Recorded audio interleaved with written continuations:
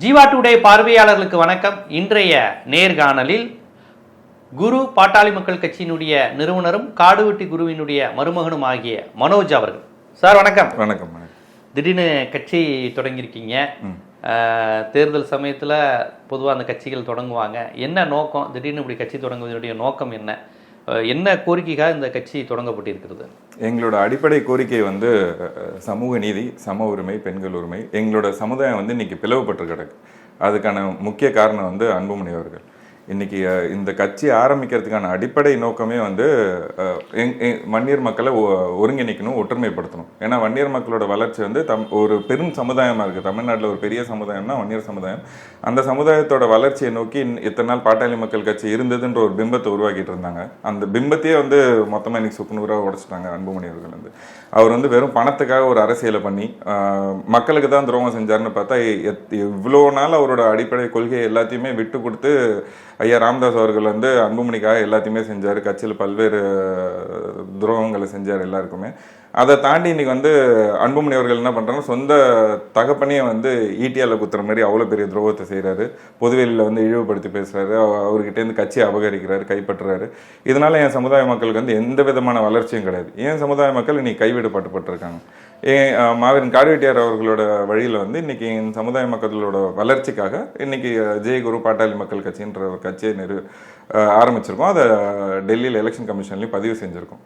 இதுதான் இதோட அடிப்படை கொள்கையாக இருக்கும். எங்களோட இலக்கு வகுப்புவாத விகிதாச்சாரப்படி அனைவருக்குமான உரிய பங்கீடு கிடைக்கும். கணக்கெடுத்து அனைவருக்குமான உரிய பங்கீடு கிடைக்கும். எங்களுக்கு மட்டும்தான் இடஒதுக்கீடு வேணும்னு சொல்லி நாங்கள் கேட்கல. எல்லா சமுதாய மக்களுக்கும், அனைத்து சமுதாய மக்களுக்கும் அனைத்தும் கிடைக்கணுன்றது தான் எங்களோட இலக்கு. இதை நோக்கி தான் இப்போ இந்த கட்சி இந்த கோரிக்கையில தான் தமிழக வாழ்வுரிமை கட்சியும் இருக்கிறாங்க. வேலுமுருகன் அவர்களும் அதை தான் சொல்றாங்க. பாட்டாளி மக்கள் கட்சியும் அந்த அடிப்படை தான். அது பிளவுபட்ட பாமா மருத்துவர் அவர்கள் கட்சியாக இருக்கட்டும், அல்ல சின்ன மருத்துவர் கட்சியா இருக்கட்டும், ரெண்டு பேருமே இந்த கோரிக்கை தானே சொல்றாங்க. ஆனா ரெண்டு பேருமே இந்த கோரிக்கையை சொல்லிட்டு இருந்தாங்க. இன்னைக்கு யாருமே அந்த கோரிக்கைக்கு நிக்கல. உதாரணத்துக்கு எடுத்துக்கிட்டீங்கன்னா, இன்னைக்கு ராமதாஸ் அன்புமணி அவர்கள் எடப்பாடி அவர்கள், முன்னாள் முதலமைச்சர் எடப்பாடி அவர்களை சந்திச்சு கூட்டணி அமைச்சிட்டேன்னு சொல்லி வெளில சொல்றாரு. ஒரே ஒரு சின்ன கோரிக்கை கூட வைக்கல. வன்னியர்களுக்கான இடஒதுக்கீடு பத்தி அவர் பேசவே இல்லை. இல்ல இத்தனை நாள் சுற்றுச்சூழலை பத்தி பேசுறாரு, அதை பத்தி பேசல. காவேரி மேலாண்மையை பத்தி பேசுறாரு, அதை பத்தி பேசல.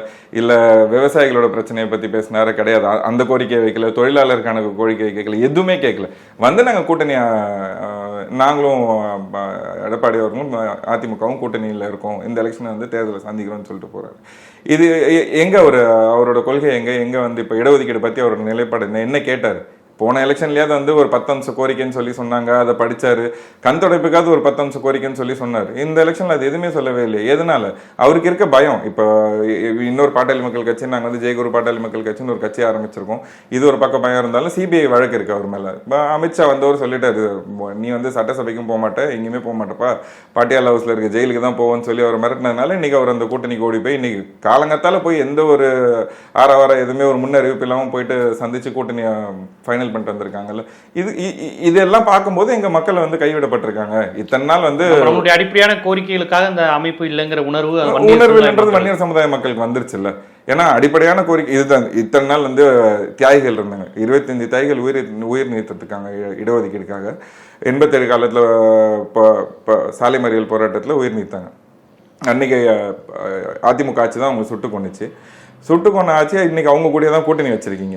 இன்னைய வரைக்கும் அந்த தியாகிகளுக்கு அதிமுக. ஆனா அவங்களோட கூட்டணி இன்னைக்கு அவங்க சுட்டு கொண்டவங்க கூட தான் இருக்கு. மாத்தி மாத்தி வச்சிருக்காங்க. அதே அதிமுக ஆட்சி இது வரைக்கும் அந்த தியாகிகள் எந்த இடத்துலையும் அங்கீகாரம் கொடுத்ததும் கிடையாது. அவங்களுக்காக எந்த ஒரு என்ன சொல்றது, ஒரு சாதாரண பென்ஷனா இருக்கட்டும், கவர்மெண்ட் சுட்டு கொண்டுச்சு. அவங்க தீவிரவாதி எதுவுமே செஞ்சு கொடுத்தது இல்லை. இன்னி வரைக்கும் அன்புமணி அவர்களும் அவங்களுக்காக எதுவுமே செஞ்சது இல்லை. இல்ல கடந்த முறை எடப்பாடிக்கு 10.5 மருத்துவரால தான், ராமதாஸ் ஆல தான் அன்புமணி அழுது அந்த வீடியோ எல்லாம் போட்டாரு. எடப்பாடி 10.5 சட்டசபையில தேர்தலுக்கு கடைசி நாள் நீங்க சொல்ற மாதிரி கடைசி நாள் முன்னாடி தானே கொடுக்குறாரு. சட்டசபை முடியறது கடைசி நாள் முன்னாடி கிடைக்கல. எலெக்ஷன் கமிஷன் டேக் ஓவர் பண்ணிடுச்சு. அடுத்த நாள் எந்த ஒரு கணக்கெடுப்பையும் எடுக்காம கொடுத்துட்டாங்க. இன்னைக்கு அது வழக்கு வழக்கு போட்டு வழக்கு நிலுவையில் இருக்கு. அன்னைக்கு கொடுத்த எடப்பாடி அவர்கள் சரியான முறையில் கொடுத்திருந்தா 5 ஆண்டுகள் இன்னைக்கு வந்து திமுக ஆட்சி நடக்குது.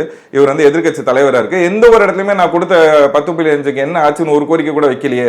அதுக்கு மாற அவர் என்ன சொல்றாரு, பண்ருட்டியில் அவரோட நடைப்பயணத்துல போகும்போது மக்களா கேட்கிறாங்க 10.5 பத்தி உங்களோட கருத்து என்ன சொல்லுங்கன்னு. நான் தானப்பா கொடுத்தேன், நான் வந்து அதை நிறைவேற்றுறேங்கிறார். அதுக்கு அடுத்த நாளே திருச்சியில இருக்க ஒரு கூட்டத்துல வந்து என்ன சொல்றாரு, அங்கேயும் ஒருத்தர் வந்து 10.5 பத்தி நீங்க சொல்லுங்க, இடஒதுக்கீடு பத்தி சொல்லுங்க போது அது முடிஞ்சு போன கதை, அதை பத்தி ஏன் பேசுறீங்கன்னு கேட்கிறாரு. அது மாதிரி இதே அண்ணாமலை அவர்கள் தலைவராக இருக்கும்போது அவர் நடைப்பயணம் போன இடத்துல அவர் சொல்ற விஷயம் என்னன்னா, ஜாதி வாரி கணக்கெடுப்பு எடுத்தா வட தமிழகத்துல ஜாதி கலவரம் வரும் அப்படிங்கிறார். இவங்க எல்லாரும் கூட சேர்ந்து தான் இன்னைக்கு அன்புமணி அவர்கள் வந்து கூட்டணி அமைச்சிருக்காரு. சமூக நீதிக்கு எதிரான கூட்டணி, வன்னியர்களுக்கு எதிரான ஒரு கூட்டணியை தான் வந்து அன்புமணி அவர்கள் அமைச்சிருக்காரு. அப்படி இருக்கும்போது அவங்களை எதிர்த்து நிக்கிறதுக்கு நாங்க தயாரா இருக்கோம். அதுக்காக உருவாக்கப்பட்ட அமைப்பு தான் இது. அதுக்கான இப்ப அவங்க அன்புமணி தரப்பெல்லாம் மோடியோட ரொம்ப நெருக்கமா இருக்கிறாங்க. பேசி மத்தியில் 2% வாங்கி இருக்கலாமே, இப்ப அதர் திருப்பி பிஜேபி ஜெயிச்சா வாங்கி தருவாங்களா? மோடியோட நெருக்கமா இருக்கிறதுக்கு காரணம் வந்து சிபிஐ வழக்கு. அப்படி நீங்க வன்னியர் இடஒதுக்கீடு இது வரைக்கும் அன்புமணி அவர்கள் என்ன செஞ்சிருக்காரு? ஐயா ராமதாஸ் அவர்களாவது வந்து அன்னைக்கு சாலை மறியல் போராட்டம் இருந்த எல்லா வன்னியர் அமைப்புகளும் அன்னைக்கு அவர் தனிப்பட்ட முறையில் சொல்லி இருந்த எல்லா வன்னியர் வட மாவட்டத்துக்கு ஒரு வன்னியர் அமைப்புகள் இருந்தது. அத்தனை பேரையும் ஒன்று திரட்டு ஒரு போராட்டத்தை உருவெடுத்தாங்க. போராட்டம் வெற்றி அடைஞ்சது. அதிமுக ஆட்சி சுட்டு கொண்டாங்க. கலைஞர் அவர்கள் அடுத்த ஆட்சியில வரும்போது அவராக தான் கூப்பிட்டு அன்னைக்கு திமுக இருந்த வன்னியர் தலைவர்கள் எல்லாருமே சேர்ந்து ராமதாஸ் அவர்களை கூப்பிட்டு அதை கொடுக்கணும் அப்படின்னு சொல்லி அடையாளப்படுத்தி கூப்பிட்டு அன்னைக்கு வந்து 20% இடஒதுக்கீடு கொடுத்தாங்க. அதே இன்னைக்கு ஒருபடி மேல போய் ஐயா ஸ்டாலின் அவர்கள் வந்து அதிமுக அவர்களை தீவிரவாதின்னு சொன்ன இடத்துல ஐயா ஸ்டாலின் அவர்கள் வந்து ஒருபடி மேல போய் வன்னியர் இடஒதுக்கீடு போராட்டத்துக்கு உயிர் நீத்தவங்கள தியாகிகள் மணிமண்டபம் கட்டி கொடுத்திருக்காங்க விழுப்புரத்துல. இப்படி செஞ்ச இவங்களை நாங்க ஆதரிக்க முடியுமா? இல்ல வந்து எடப்பாடி அவர்களும் அன்புமணி அவர்களும் வந்து ஒரு விரோத செயல் செஞ்சு இவங்க எல்லாம் ஒரு கூட்டணி அமைச்சாங்கன்னா அந்த கூட்டணியை நாங்க எப்படி ஏத்துக்க முடியும்? வன்னியருக்கு ஒரு தலைவரா எந்த இடத்துல அன்புமணி அவர்கள் இருந்திருக்காரு இது வரைக்கும்? இல்லை, இப்போ வன்னியர்கள் வாக்கு இப்போ அன்புமணி பாமக, ராமதாஸ் பாமகன்னு இருக்குது. ஆல்ரெடி திமுகவுக்கு ஒரு வன்னியர் ஓட் பேங்க் இருக்குது, அதிமுகவுக்கு ஒரு வன்னியர் ஓட் பேங்க் இருக்குது. புதுசாக நடிகர்கள்லாம் வந்து நாங்களும் வன்னியர் ஓட்டை பிரிக்கிறோங்கிறாங்க.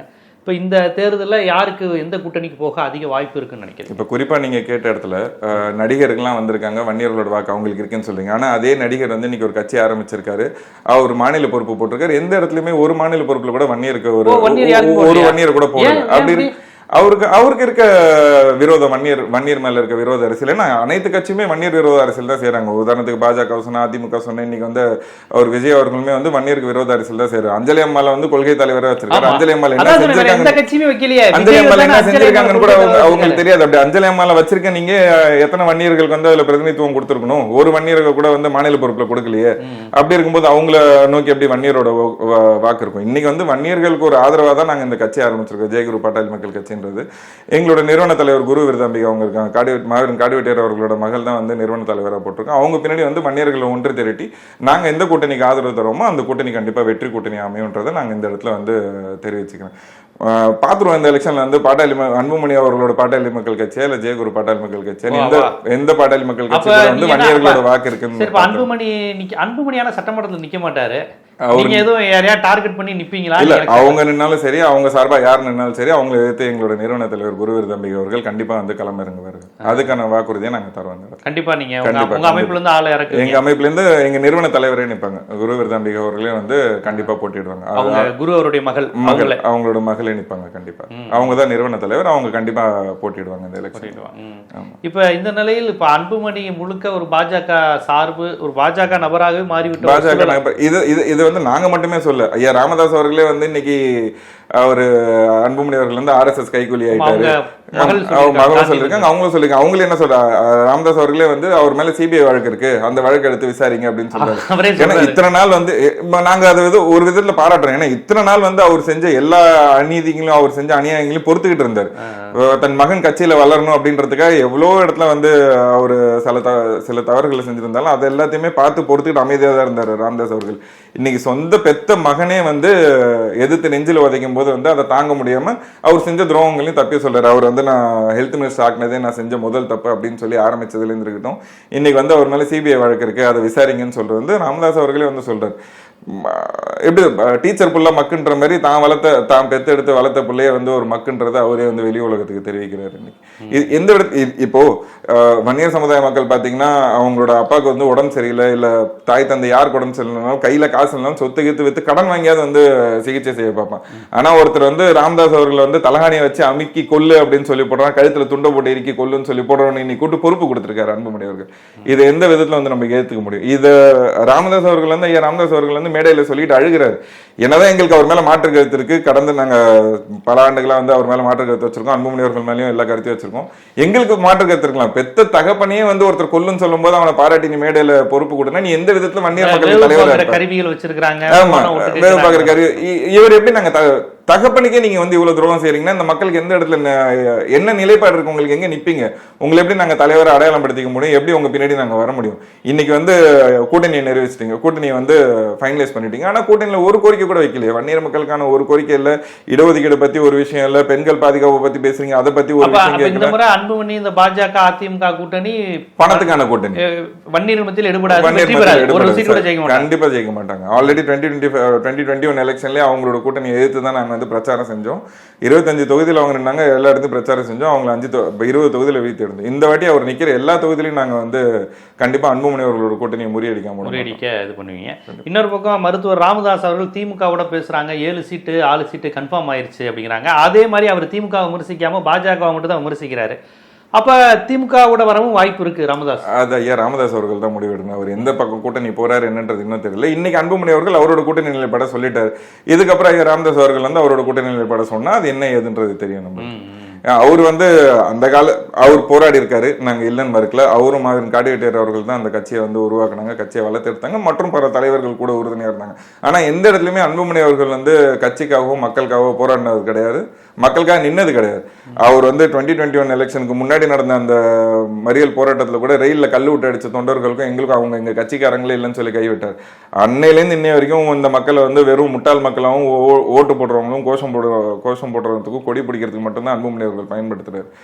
அதே மாதிரி ராஜ்சபா சீட்டும் அவர் வந்து நின்று எந்த இடத்துலயுமே ஜெயிச்சது கிடையாது. தர்மபுரியில் நின்னாரு, தோத்தாரு. ஒரே ஒரு வாட்டி ஜெயிச்சார் எம்எல்ஏ எலெக்ஷன், அது காடுவெட்டியார் அவர்கள் போய் நின்று அவருக்கு பிரச்சாரம் பண்ணனால ஜெயிச்சார். அதுக்கப்புறம் இது வரைக்குமே அவர் தொடர் தோல்வியை தான் சந்திச்சுட்டு வர்றாரு. எந்த இடத்துல வந்து மக்களுக்காக அன்புமணி அவர்கள் நின்று இருக்காங்கன்னு எங்களுக்கு ஒரே ஒரு இடத்துல வந்து அன்புமணி அவர்களே அதை நான் இதை வந்து இந்த மக்களுக்காக செஞ்சிருக்கேன், வன்னியர் மக்களுக்காக இதை செஞ்சிருக்கேன்னு சொல்லி அவர் சொன்னார்னா வன்னியர் மக்கள் அவர் பின்னாடி போவது நாங்கள் ரெடியா இருக்கோம். ஆனா கிடையாது, அவர் எந்த இடத்துலயுமே நின்னது கிடையாது. ஐயா அவர்கள் வந்து மகனுக்காக எல்லாத்தையும் விட்டு கொடுத்தாரு. இன்னைக்கு ஐயாவே வந்து நீங்க தூக்கி போட்டு மிதிக்கிறீங்க, துரோகம் செய்யறீங்க, பாட்டில் விட்டு அடிக்கிறாருன்னு சொல்றாரு. பல விஷயங்கள் வெளியில வந்துருச்சு. நான் சொல்றதுக்கு எதுவுமே இல்லை. ராமதாஸ் அவர்களே இது எல்லாத்தையுமே எல்லாம் சொல்லியிருக்காங்க, அவங்களோட அக்கா காந்தி அவர்களும் அதை பத்தி சொல்லியிருக்காங்க. இப்படி நீங்க கூட பிறந்தவங்களையும் இழிவுபடுத்தி பேசுறீங்க, பொது வெளியில பெத்தவங்களையும் இழிவுபடுத்தி பேசுறீங்க, அவங்களை வந்து அவங்களுக்கு துரோகம் இருக்கீங்க. நீங்க எப்படி இந்த சமுதாய மக்களை வந்து காப்பாற்றுவீங்க? எதன் அடிப்படையில் உங்களை நம்பி நாங்க வர முடியும்? சரி, இப்போ உங்க கட்சி யாரோட கூட்டணி வைக்க வாய்ப்பு இருக்கு? இப்ப கட்சி ஆரம்பிச்சிருக்கோம். பிப்ரவரி 1 மாவீரன் காடுவெட்டியார் அவர்களோட பிறந்த நாள் வருது. அது வந்து எப்படி தேவர் மக்கள் வந்து தேவர் ஜெயந்தி விழா எடுத்து தேவர் சமுதாய மக்கள் ஒன்று திரட்டி அவங்களோட அரசியல் முன்னேற்பாடு எடுத்துட்டு போறாங்களோ அந்த மாதிரி நாங்க வந்து பிப்ரவரி 1 வன்னியர் ஜெயந்தி விழாவா நடத்திக்கிட்டு தான் வந்துகிட்டு இருக்கோம். இந்த வருஷம் அது ஒரு பெரிய லெவல்ல இருக்கு. அத்தனை கட்சி தலைவர் அனைத்து சமுதாய தலைவர்களையும் கூப்பிட்டு மாவீரன் காடுவெட்டியார் அவர்களை அடக்கம் பண்ண இடத்துல அங்கேயே வந்து அந்த ஒரு விழாவை எடுத்திருக்கோம். அந்த விழாக்கு எல்லாரையும் அழைப்பு கொடுத்து அது மூலமா தான் நாங்கள் அதுக்கான வேலைகளை தான் ஆரம்பிக்கிறோம். இப்போ ஜனவரி 9 சேலத்துலேருந்து வந்து எங்களோட நடைப்பயணத்தை ஆரம்பிக்கிறோம், எங்க கட்சி சார்பான நடைப்பயணத்தை. இது போக போக அடுத்தடுத்த நடவடிக்கை. பிப்ரவரி 1 அந்த வன்னியர் ஜெயந்தி விழாக்கான ஏற்பாடுகள் செஞ்சுட்டு இருக்கோம். இப்போ நடைப்பயணம் மேற்கொள்ள இருக்கும். 9 சேலம் ஓமலூர்லேருந்து ஆரம்பிச்சு அது முடிஞ்சதுக்கு அப்புறம் தர்மபுரியில பிப்ரவரி 22 மாநில மாநாடு வச்சிருக்கோம். அதுல வந்து நாங்கள் எங்க கூட்டணியை எந்த கட்சி எங்களுக்கு வந்து எங்களோட கோரிக்கையை ஏற்று எங்களுக்கு முன்னுரிமை கொடுக்குறாங்களோ அவங்களை ஆதரிச்சு நாங்க அமைக்கிற கூட்டணி கண்டிப்பா வெற்றி. வாய்ப்பு வந்து பாத்தீங்கன்னா அதிமுக பாஜக கூட்டணி, விஜய் கட்சி, திமுக 3 தானே இருக்கு. உங்களுக்கு இருக்கிறது 3 தான் இருக்கு. வன்னியர் மக்களுக்கான கோரிக்கைகள் ஒன்று இருக்குல்ல, எங்களுக்கு இடஒதுக்கீடு தான் அடிப்படை இலக்குன்னு சொல்லியிருக்கோம். அதை நோக்கி தான் நாங்க பயணிக்கிறோம். அந்த எங்களோட கொள்கை எங்களோட கோரிக்கையை ஏத்துக்கிட்டு யாரு முன்னுரிமை கொடுக்குறாங்களோ அவங்க கூட கண்டிப்பா கூட்டணி. விக்கிரவாண்டி இடைத்தேர்தலே வன்னியர்களுக்கான இடஒதுக்கீடு ஸ்டாலின் அவர்கள் சொல்லியிருக்காங்க. ஸ்டாலின் அவர்கள் தான் இதுக்கு முன்னாடியும் சொல்லியிருக்காங்க. எடப்பாடி அவர்கள் நாங்க கொடுக்க முடியாதுன்னு சொல்லிட்டாரு. 10.5 இதுக்கப்புறம் முடிஞ்சு போன கதைன்னு சொல்லிட்டாரு. ஜாதி வரைக்கான கெடுப்பு எடுத்தா ஜாதி கலவரம் வரும்னு சொல்லியிருக்காரு. பாப்போமே, போக அதை பத்தி பேசலாம். ஆனால் இப்போ வரையும் நீங்கள் ஒரு திமுக கூட்டணி ஆதரவு நிலையில தானே இருக்கீங்க. ஆமா, 2021 எலெக்ஷன்லேருந்து நாங்கள் அவங்க கூட அவங்களோட ஆதரவு நிலைப்பாடில் தான் கூட்டணியில் இருக்கோம். அவங்க கிட்ட நாங்கள் வச்ச கோரிக்கைகளை பல கோரிக்கைகளை நிறைவேற்றிருக்காங்க. உதாரணத்துக்கு 1 இயர் தியாகிகளுக்கு வந்து மணிமண்டபம் கட்டி கொடுத்ததுக்கு இப்போ அவங்களுக்கு வேலை வாய்ப்பை பற்றி பேசிட்டு இருக்கோம். அவங்களோட ஆதரவு நிலைப்பாடில் தான் இருந்தோம். இப்போ நாங்கள் புதிய கட்சி ஆரம்பிச்சிருக்கோம். கண்டிப்பாக இந்த கூட்டணி தொடரணும் அப்படின்றத நாங்கள் வந்து ஐயா ஸ்டாலின் அவர்கள்கிட்ட எங்கள் 1 இயர் இடஒதுக்கீடுக்கான கோரிக்கையை முன் வச்சு நாங்கள் கேட்டுக்கிறோம்.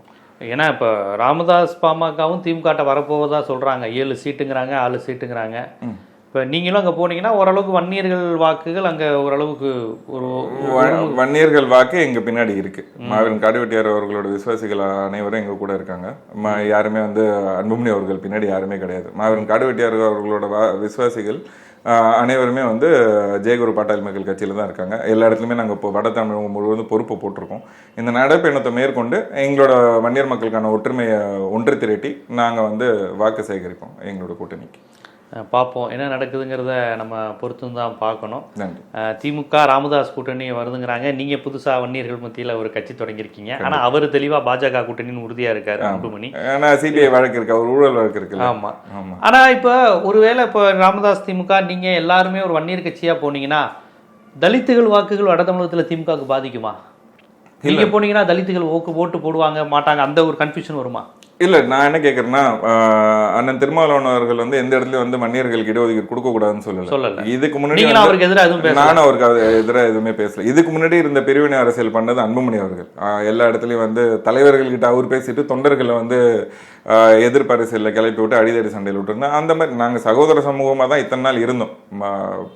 பல ஆண்டுகளா அப்படிதான் இருந்தது. நடுவில் இந்த அரசியல்வாதிகள் செய்த சூழ்ச்சினால இதெல்லாம் நடந்தது. இதுக்கு மேல நாங்க சகோதர சமூகங்களாக தான் அனைத்து தமிழ் சமூகம் கூட தொடர இருக்கோம். அதுக்காக தான் இந்த கட்சி ஒரு முன்னுதாரணமா ஆரம்பிச்சிருக்கோம். பார்ப்போம், அப்படிதான் தொடரணும்னு நாங்களும் எதிர்பார்க்கிறோம். நாங்க வந்து இதுக்காக வந்து இது ஒரு அரசியலை வச்சு பிளவுபட்டு மறுபடியும் வந்து அந்த சமூகம் வேற ஒரு அவங்களோட ஓட்டு பாதிக்கிறதோ எங்களோட ஓட்டு பாதிக்கிறதோ நடக்கக்கூடாதுன்றதான் நாங்க வேண்டிக்கிறோம். பார்ப்போம் இது எப்படி போகுது, இந்த தேர்தல் என்ன மாதிரி அமைய போகுது. வட தமிழகம் ஒரு முக்கிய ஃபேக்டராக இருக்கும்னு நினைக்கிறேன். கண்டிப்பாக. ஏன்னா அன்புமணி ஒரு கூட்டில் இருக்காரு, ராமதாஸ் இங்கே வருவாருன்னு சொல்கிறாங்க. நீங்களும் இந்த நிலை பாஜக அதிமுக எதிர்நிலை எடுக்கிறீங்க. எப்படியெல்லாம் போகுது, வன்னியர்கள் இருக்கிற இடத்துல தலித்துகள் ஓட்டு வராதுங்கிற அந்த பிம்பம் இந்த தேர்தலை உடையும் கண்டிப்பாக போன்ற பல்வேறு செய்திகளை ரொம்ப விரிவாக சொல்லியிருக்கீங்க. புதிதாக தொடங்கியிருக்கக்கூடிய கட்சிக்கு அமைப்புக்கு எங்களுடைய வாழ்த்துக்களையும் தெரிவிக்கிறேன். நன்றி.